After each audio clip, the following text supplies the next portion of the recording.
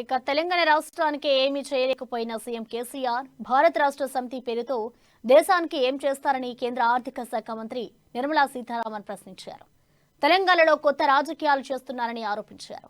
కాళేశ్వరంతో చుక్క నీరు రాలేదని, ప్రాజెక్ట్ నిర్మాణం కోసం 1,40,000 కోట్లకు పైగా ఖర్చు పెట్టారని ఆరోపించారు. నీళ్లు, నిధులు, నియామకాలు ఇస్తామన్న కేసీఆర్ ఆచరణలో పూర్తిగా విఫలమయ్యారని మండిపడ్డారు. 3 లక్షల కోట్లకు పైగా అప్పులు చేశాడన్నారు.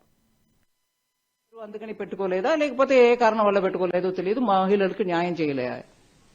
సరే, ఇవన్నీ ఉంది. తెలంగాణలో న్యాయం చేయలే. ఇంత సెంటిమెంట్ ఉంది, జనం మీకు పూర్తిగా సమర్థన ఇచ్చినాక కూడా మీరు ఏం చేయలేకపోయారు.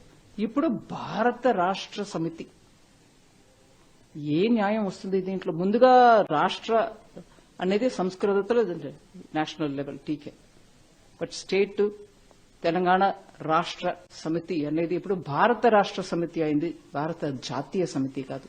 తెలుగు తెలంగాణ తోటి తెలుగు కూడా వదిలేసి సంస్కృత పేరు తీసుకుంటామని తీసుకున్నారు.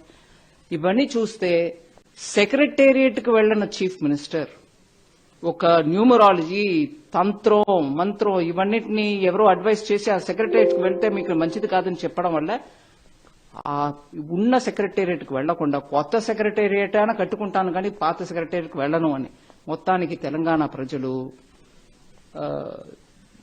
ఒక రకమైన పరిస్థితిలో ఉన్నారు. వాళ్ళు కష్టాల్లో ఉన్నారు. ఇట్లాగా తాంత్రిక్, న్యూమరాలజీ దీన్ని పెట్టుకుని సెక్రటేరియట్ కు వెళ్లను, ప్రజలకు అందుబాటులో ఉండను, కొత్త పార్టీ పెడతాను, తెలుగుని మర్చిపోతాను, తెలంగాణని మర్చిపోతాను అనే రకంగా ఉన్నటువంటి టీఆర్ఎస్ దేశానికి ఎంత మంచి చేస్తారు అనే